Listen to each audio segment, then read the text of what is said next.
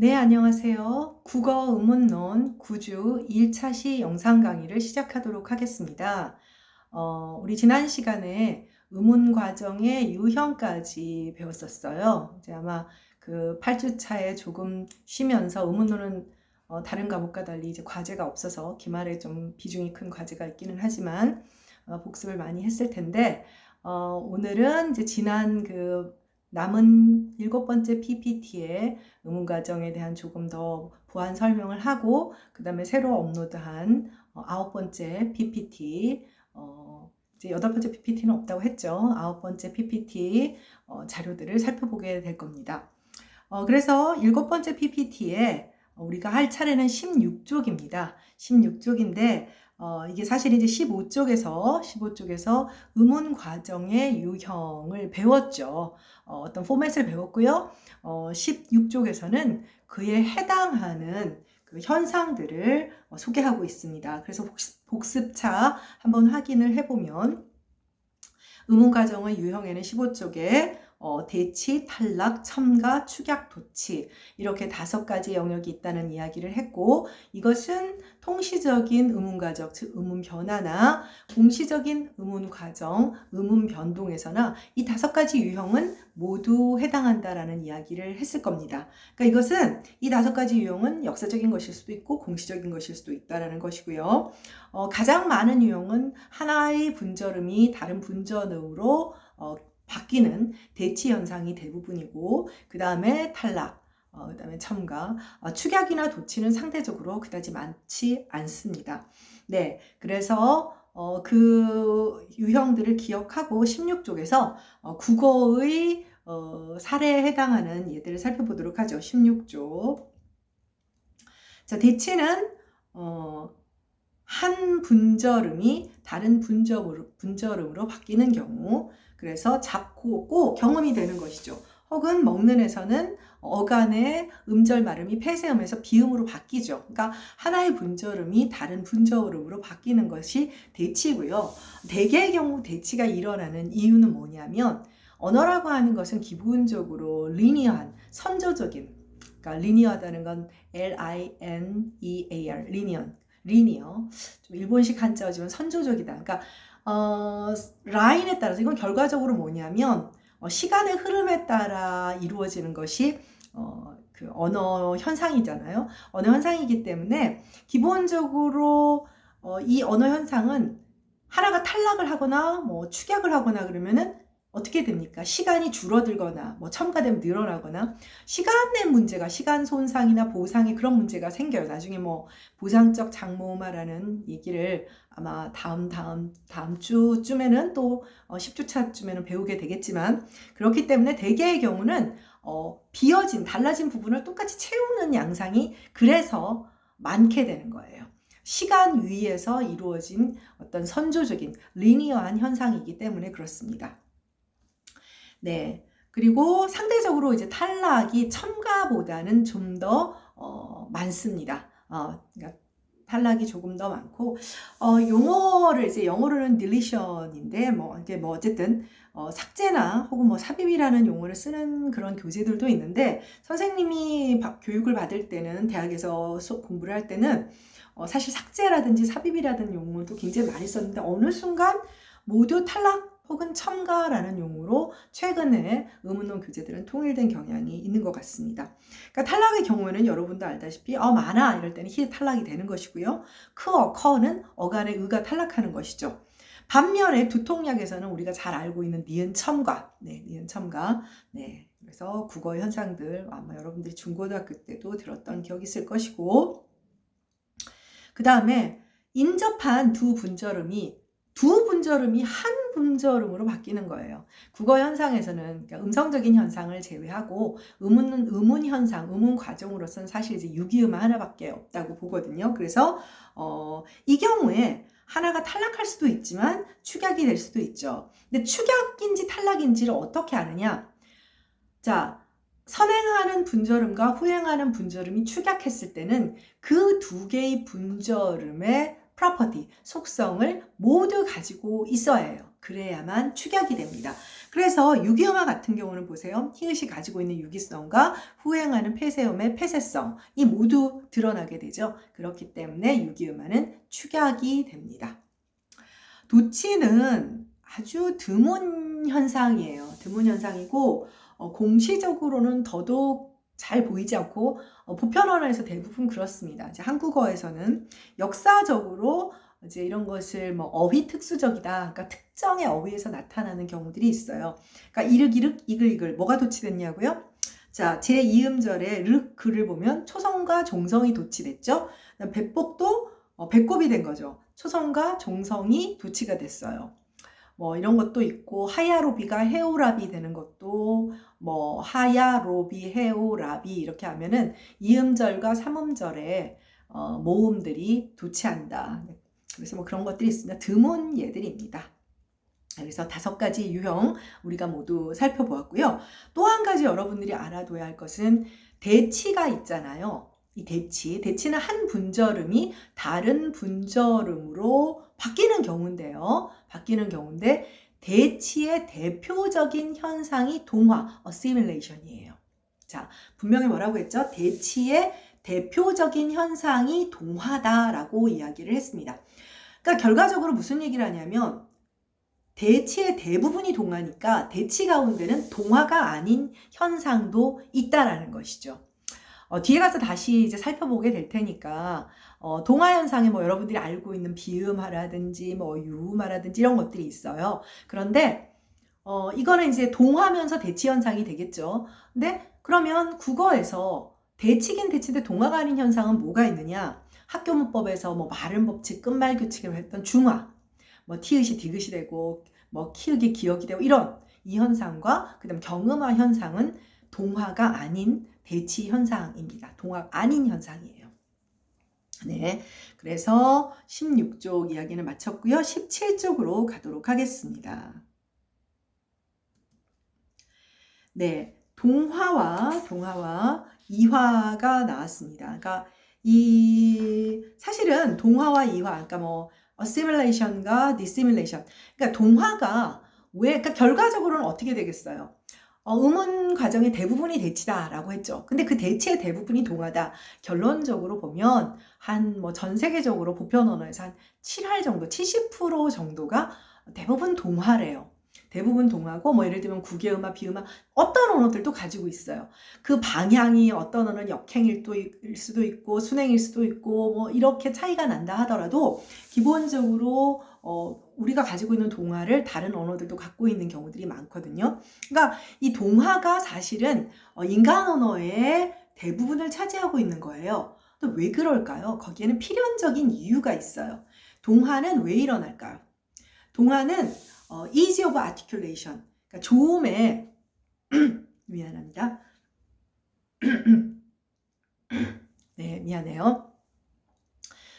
동화라고 하는 것은 기본적으로 ease of articulation, 조음의 편의를 위해서 일어나요. 조음의 편의를 위해서. 자, 선생님 지금 방금 기침했는데 감기 안 걸렸어요. 자, 감기.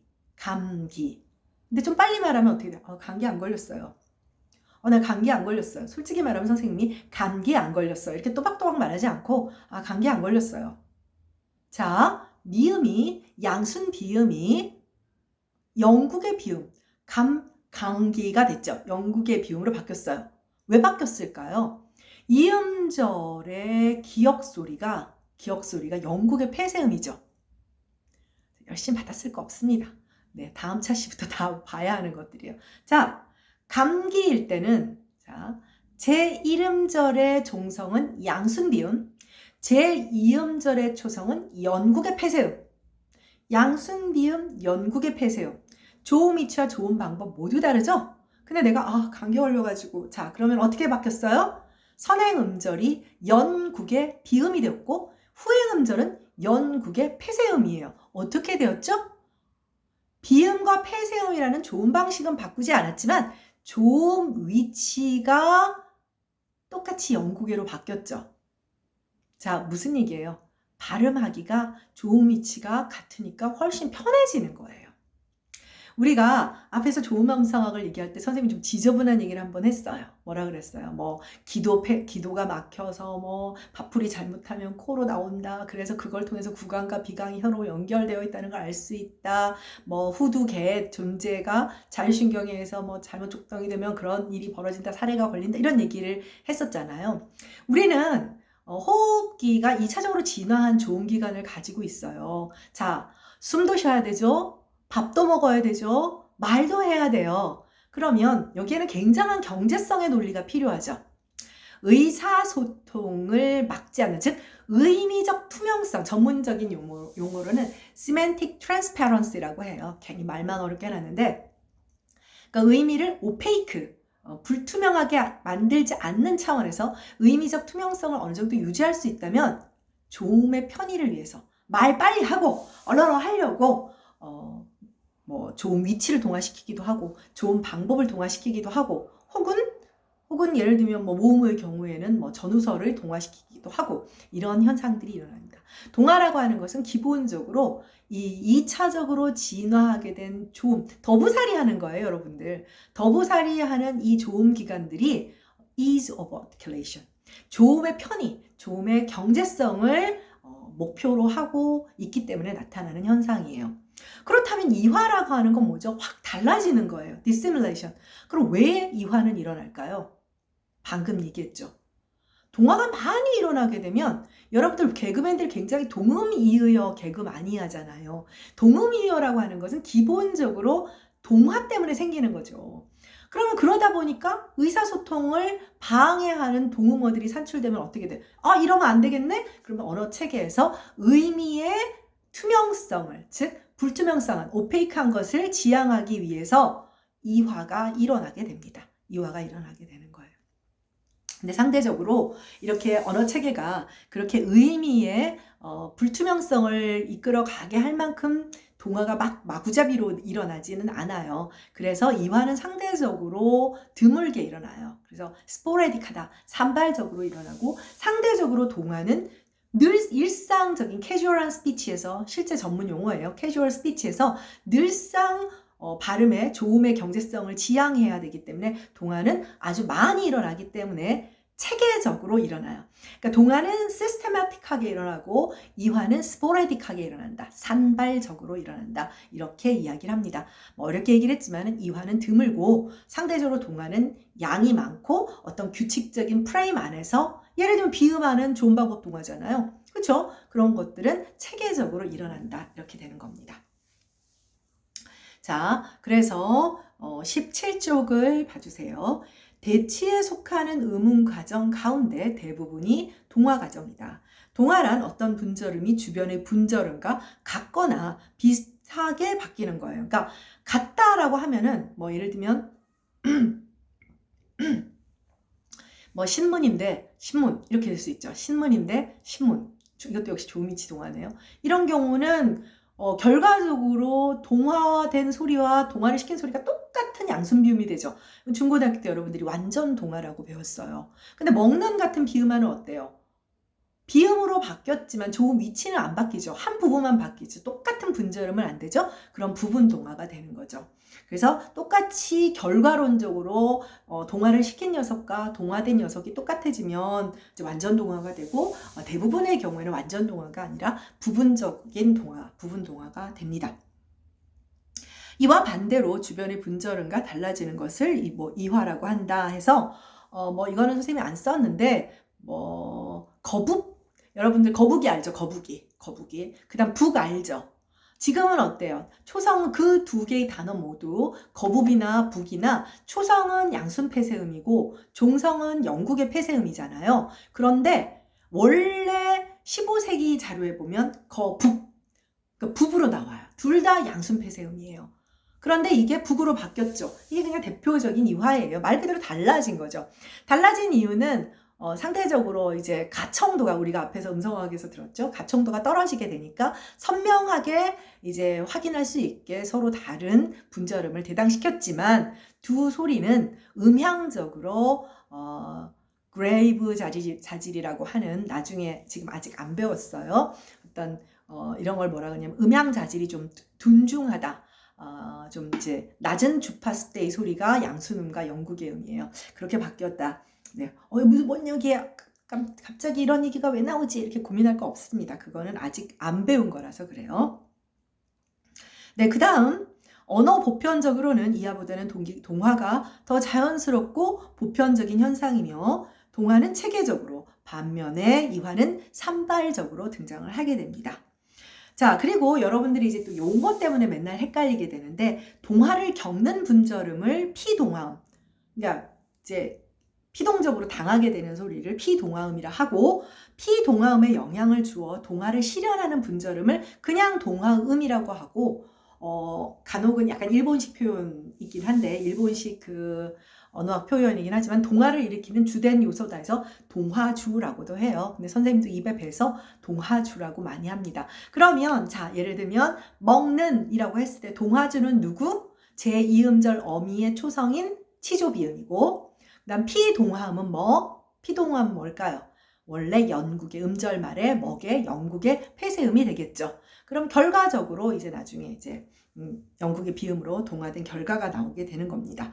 용어 조금 기억을 해주도록 하고요. 그 다음 18쪽으로 가주기 바랍니다. 네, 동화의 유형입니다. 동화의 유형이 또 있어요. 동화의 유형에는 일단 조금 전에도 말했다시피 뭐 완전 동화, 부분 동화 뭐 이런 것들이 있습니다. 그러니까 여러분들이 보면 뭐 단번에 아는 예들인데 피동화음이 동화음과 비슷해지는 정도. 그러니까 동화를 겪게 되는 녀석이 동화를 시키는 그 동화주와 어느 정도로 비슷해지느냐. 완전히 똑같아지면 어떻게 돼요? 닿는같이 이거는 완전 동화. 반면에 부분적으로, 그러니까 지금 예를 들면 잡는이 된 경우는 어떤 부분만 비슷한 거예요. 비읍이 미음으로 바뀌었잖아요.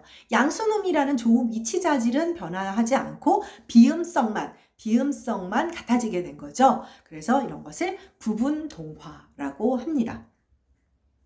그 다음에 피동화음과 동화음의 거리에 따라서 직접 동화와 간접 동화가 있어요. 직접 동화는 이제 간단하게 말해서 디귿과 니온이 서로 변화하는 녀석들끼리 변화를 이제 그 동화를 시키는 녀석과 동화를 당하는 녀석이 붙어 있는 거예요. 인접한 분절음들이 되는 것이고요. 상대적으로 지금 노가의 경우에는 유성음화가 되잖아요. 물론 음운 현상이 아니고 음성 현상이지만 유성음화가 되죠. 근데 이 유성음화는 모음과 모음 사이에 끼어야만 하죠. 그래서 이런 것들은 간접동화라고도 합니다. 간접동화라고 해요. 그 다음에 피동화음과 동화음의 순서에 따라서 순행이냐 역행이냐. 간단히 말하면 동화주가 앞에 있으면 순행, 동화주가 뒤에 있으면 역행 이렇게 됩니다.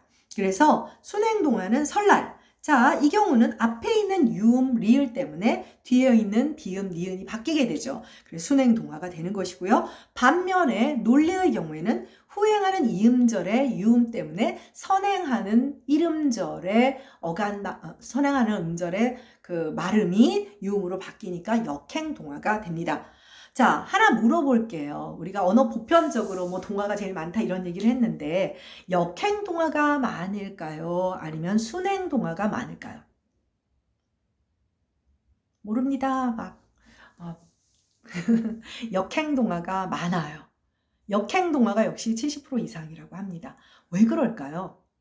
역행 동화가 많은 이유는 여러분들 우리는 사실 여러분들이 예를 들면 지금 이제 나중에 국어의 의문 가정들을 배우겠지만 우리가 가지고 있는 의문 가정, 자 예를 들면 원순 모음화를 한 예로 들어봅시다.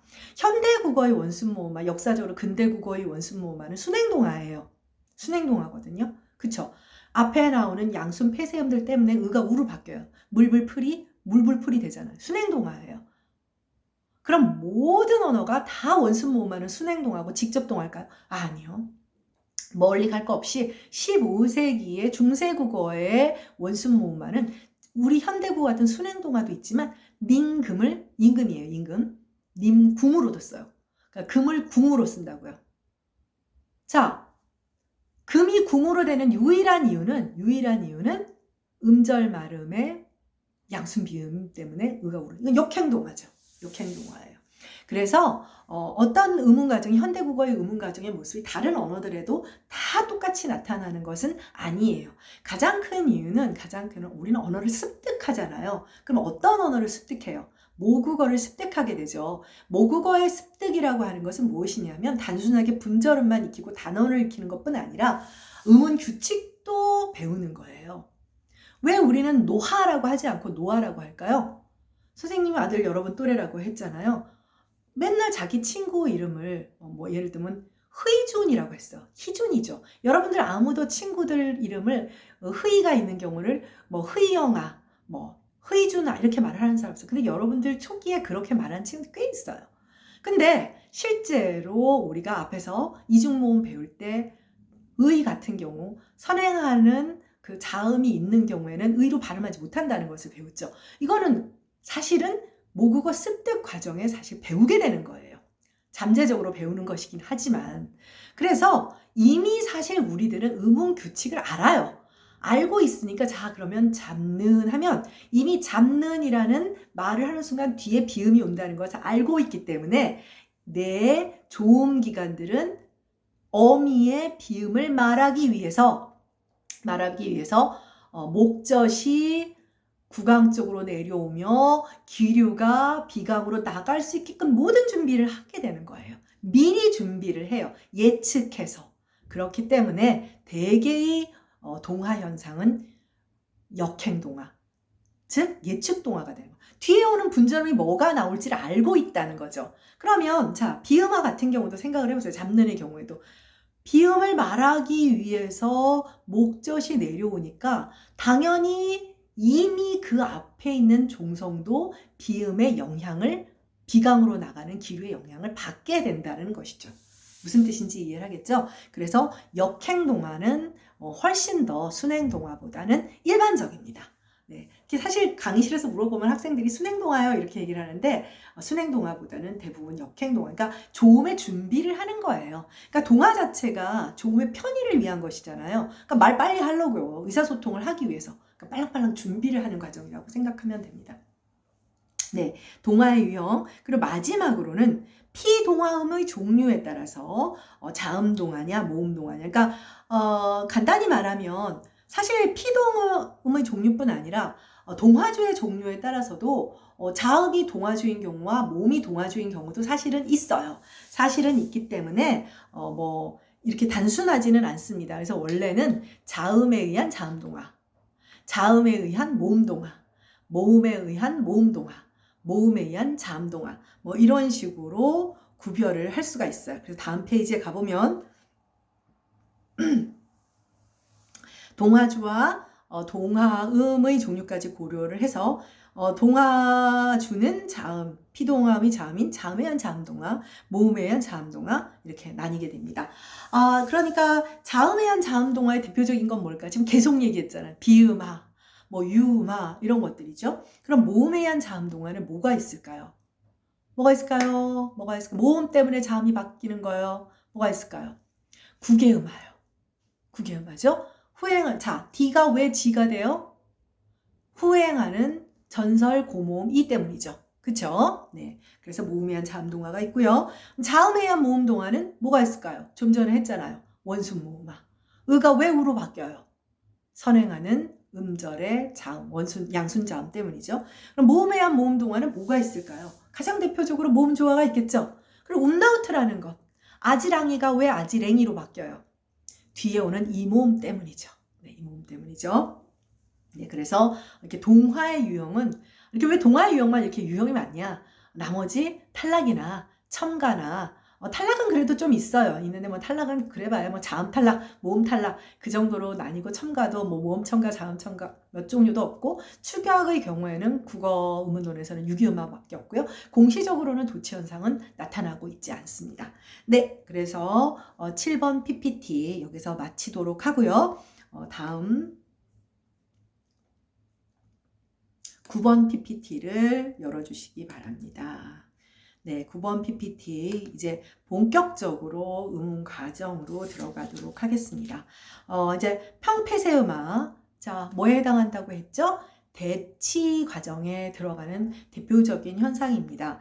사실은 이 평폐쇄음화는 정확하게 말하면 평음화와 평폐쇄음화로 나뉘어야 해요. 그러니까 평음화라는 게 있고 평폐쇄음화라고 하는 것이 있는데 이제 이것을 포괄한 개념이라고 생각하면 되고 사실은 선생님이 학교 다닐 때는 지금도 학교 문법에서는 이걸 뭐라고 하냐면 말음 법칙, 끝소리 규칙, 그렇죠? 네, 그렇게 배웠던 기억나죠? 그래서 얘는 뭔지 여러분들 다 알고 있어요. 꽃 그러면은 디귿으로 발음이 된다. 부엌 그러면 기역으로 발음이 된다. 이런 현상이죠. 그런데 사실은 의문론적으로 좀 더 전문적인 용어를 말하면 중화 현상이에요. 중화. 그러니까 neutralization이라고 하는데 무슨 화학적 중화, 과학에서 말하는 중화하고는 좀 다르고요. 특정의 어떤 그 음소의 위치에서 음소가 어떤 특정 위치에서 다양한 변별력을 잃어버리고 아키포님이라고 합니다. 그러니까 뭐 안 써도 돼요. 이거는 사실 이제 조금 좀 너무 전문적인 용어라 원음소. 그러니까 예를 들면 평음 뭐 영국의 폐쇄음 부류가 있죠. 그러면 이제 편의상 평음의 영국의 폐쇄음, 경음의 영국의 폐쇄음, 유기음의 영국의 폐쇄음 이렇게 세 부류가 있잖아요. 그럼 여러분들이 생각하기에 그 중에 가장 본질적인 바탕적인 속성을 가지고 있는 건 뭐라는 느낌이 들어요? 당연히 평음이죠. 평음이죠. 근데 이렇게 평음이라고 말하면 원음소가 되는 것은 아니고요. 이 세 개의 자질들의 어떤 본질적인 공통된 feature, 뭐 distinctive feature라고 합니다. 아직 안 배웠어요. 그러니까 뭐야 이렇게 혼란스러워 할 필요는 없고 그것도 배울 거예요. 학생들이 좀 어려워하는데 어려워는 하지만 그래도 뭐 쉽게 접근하면 재미있는 내용이기도 합니다. 네, 그래서 이게 이제 그 특정 위치에서 어떤 위치에서 한국어의 경우에는 음절말 위치에서 뭐 우리가 흔히 받침이라고 생각하지만 이제 우리는 헷갈리면 안 되죠. 종성의 위치에서 네, 뒤에 자음이 오거나 꽃도처럼 뒤에 자음이 오는 거죠. 아니면 꽃처럼 단독으로 뒤에 휴지가 온다 그래. 단독 발화를 하는 경우는 휴지가 오는 경우 뒤에 자음으로 시작하는 조사나 어미가 오거나 아니면 단독 발음 즉 휴지가 오는 경우에 이제 중화가 일어나는 것이죠. 그래서 중화가 일어나면 따지고 보면 어떻게 되는 거예요? 부억, 평음으로 실현되는 거잖아요. 그래서 이제 그것을 이제 중화라고 이제 부르게 됩니다. 자, 이제 이쪽 PPT를 보면서 좀 정확하게 다시 정리를 할게요. 평폐쇄음화는 종성 이제 문자로 썼지만 문자로 읽으면 안 되겠죠. 유기음의 양순 폐쇄음이 평음의 양순 폐쇄음으로 그 다음에 또 종성의 유기음의 치조 폐쇄음 또 평음의 여러분 싫죠? 싫지만 일부러 그렇게 말을 하는 거예요. 경국의 파찰음, 그다음에 유기음의 경국의 파찰음, 그 다음에 평음의 치조 마찰음, 경음의 치조 마찰음, 그 다음에 성문 마찰음이 이제 평음의 치조 폐쇄음으로, 그 다음에 종성의 경음의 영국의 폐쇄음과 유기음의 영국의 폐쇄음이 평음의 영국의 폐쇄음으로 교체하는 현상이에요. 알고 있는 얘기예요. 자, 이 가운데 피읍에 왜 쌍비읍이 없나요? 생각해 보세요. 자, 경음의 양순 폐쇄음, 즉 쌍비읍을 종성으로 가지고 있는 한국어 단어는 없죠. 왜 없냐고요? 그런 것은 우연이에요. 멋진 말로 우연한 빈칸이라고 합니다. 우연히 없는 것 뿐이에요. 그 어휘가 없는 거예요. 그 다음에 지금 쌍기역상 편의상 선생님 그냥 문자로 부를게요. 쌍기역과 키읔의 경우에는 경음과 유기음이 다 있기는 하네요. 근데 쌍기역 받침의 경우도 대개의 경우 용어 잘 기억해 보세요. 용어가 몇 개뿐이에요. 네, 그렇죠? 분명히 그렇죠. 그 다음에 양순 폐쇄음과 영국의 폐쇄음의 경우는 다 평음으로만 바뀌죠. 왜냐하면 같은 계열의 같은 영국의 음부류, 같은 양순 음부류. 그러니까 얘네들이 평음화예요. 그러니까 피읍이 비읍으로 되거나 쌍기역 키읔이 기역으로 되는 것이 평음화예요. 얘네들은 평음화죠. 그런데 자, 나머지 티읕, 지읒, 치읒, 시읒, 쌍시읒, 티읒은 디귿으로 바뀌는 것은 그냥 평음화라고 하면 안 되죠. 경국의 파찰음이나 혹은 뭐 치조 마찰음들이 그러니까 위치도 바뀌지만 경국의 파찰음 같은 경우는 좀 위치도 바뀌잖아요. 위치도 바뀌고 뭐 성문 마찰음도 그렇지만 좋은 위치도 바뀌고 좋은 방식도 바뀌어서 치조 폐쇄음으로 바뀌잖아요. 그래서 이 아이들은 평폐쇄음화라고 부르는 거예요. 그러니까 이걸 합해서 그러니까 평폐쇄음화가 훨씬 더 포괄적 개념이니까 평폐쇄음화라고 부르는 것이죠.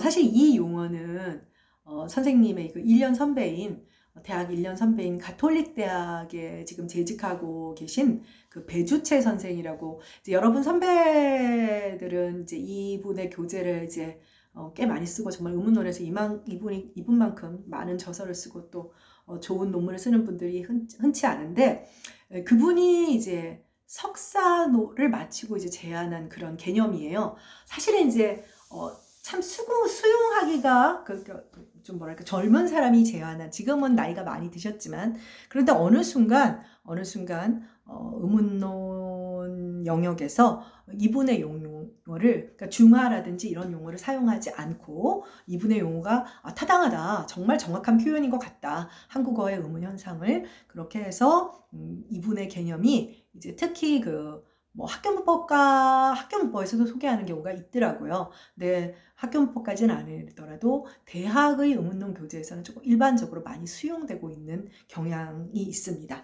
그래서 평음화와 평폐쇄음화를 여러분들이 구별할 필요가 있고요. 무슨 현상인지는 여러분들이 너무나 잘 알고 있는 현상입니다. 그리고 이 현상은 음성학적으로 무슨 현상과 관련이 있을까요? 대답들 잘하는데 미파화, 불파화와 관련이 있죠. 맞죠?